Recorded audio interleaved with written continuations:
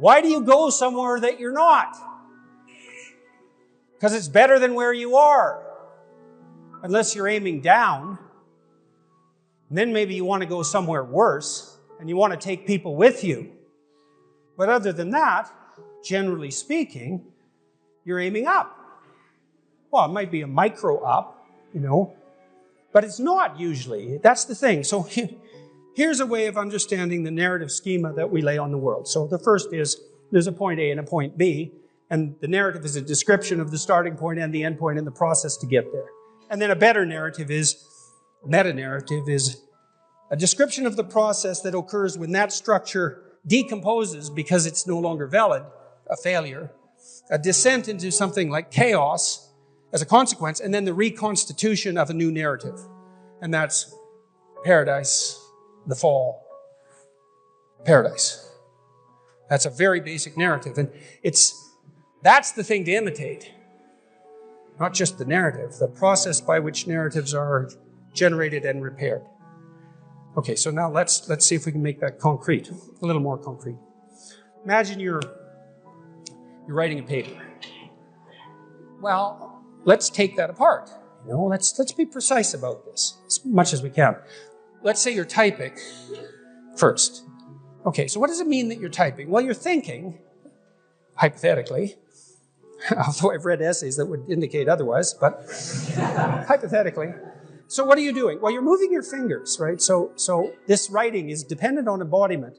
And it was really hard to generate these fingers, right? So there's that whole evolutionary process we were talking about lurking at the bottom of this. And you've practiced typing. We'll say you're an expert typist, and that means you've built little automated machines in the back, generally of your left hemisphere, that took a lot of massed practice so that you could create these automatized motor output structures that you could disinhibit while you're thinking, because that's what you're doing. You're not exactly activating these motor movements. You're preparing them for release and then disinhibiting it, and then they run ballistically, which means they run deterministically at that level.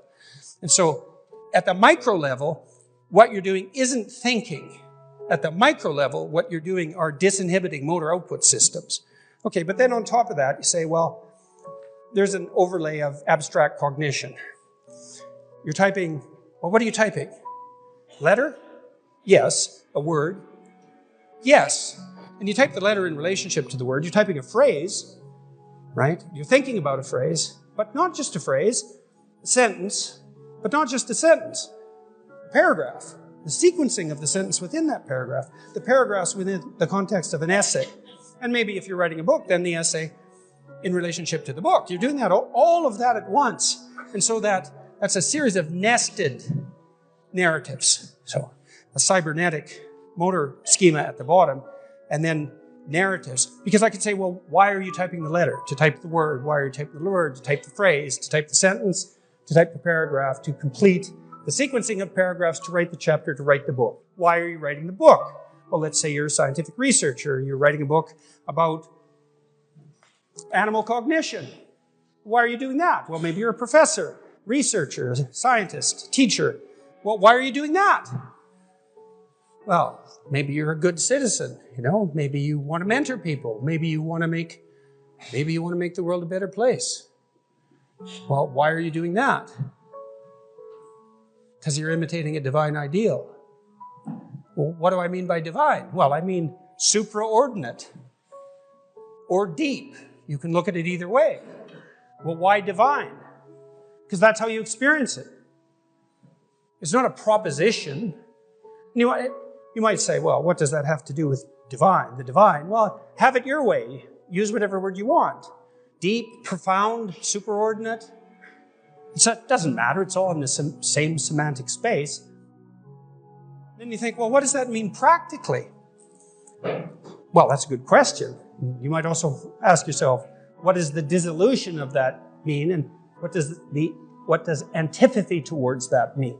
Those are all useful questions. I came across many of these ideas because I was trying to understand the action of individual concentration camp guards in Auschwitz.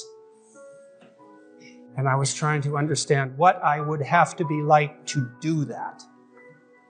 And that isn't something people usually do because they assume if they were in Nazi Germany, they'd be like, Schindler. So, no, Schindler was like Schindler. There's like one of him. That isn't what you would have been like. In all likelihood, you would have been willfully blind or participating. And you think, not me. And all that means is if you think that, then definitely you. I believe, and I believe this as a scientist, is that you perceive the world through a structure of value that is essentially a map of the territory. So when you look out at the world, you think, well, there's the world, there's the objective world. But obviously, you don't just see the objective world because we wouldn't have had to develop science to give us a picture of the objective world if you just saw the objective world. Mm-hmm. It's actually pretty damn difficult to formalize an objective picture of the world. So if you don't see the objective world, well, what is it that you see? Well, a lot of what you see, a tremendous amount of what you see is memory.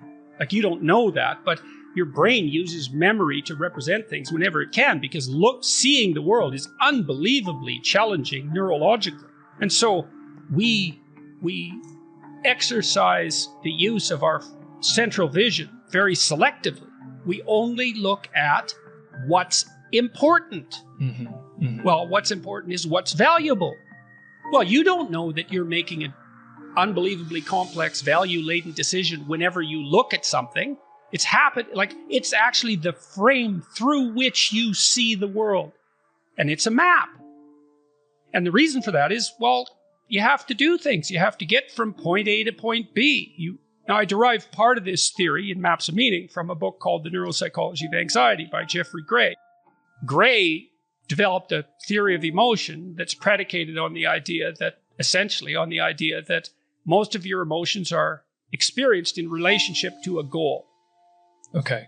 And so you establish a goal, then movement towards that goal or evidence that you could move towards that goal makes you happy, produces positive emotion, whereas evidence that the goal is invalid or that you're blocked in some way produces negative emotion. Mm-hmm. So you lay this map on the world. It always has a destination point in mind. There's always a destination point implicit in it or explicit in it. So it works as subtly as this, for example. So if you walk into your room and you want to walk towards something to pick it up, and your room is cluttered because you've been careless, all that clutter manifests itself as an obstacle to your goal and produces negative emotion. And you experience that instantaneously, essentially, and automatically. And so part of the reason, that I encourage people to clean up their rooms, let's say, is, well, it's a microcosm of all this. Your room is part of your experience that you have control over. And it's easy to underestimate its significance. But that's a place you can alter. You can set it up for whatever it is that you're doing. Well, what are you doing? Well, that's the first question you have to ask yourself if you're going to set up your room. It's not trivial. It's hard. Genuine ethical virtue is it's the only source of resilience and strength that you have.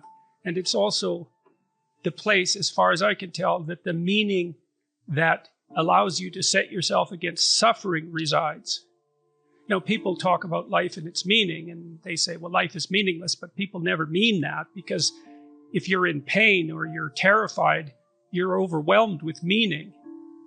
It's just not the kind of meaning you want.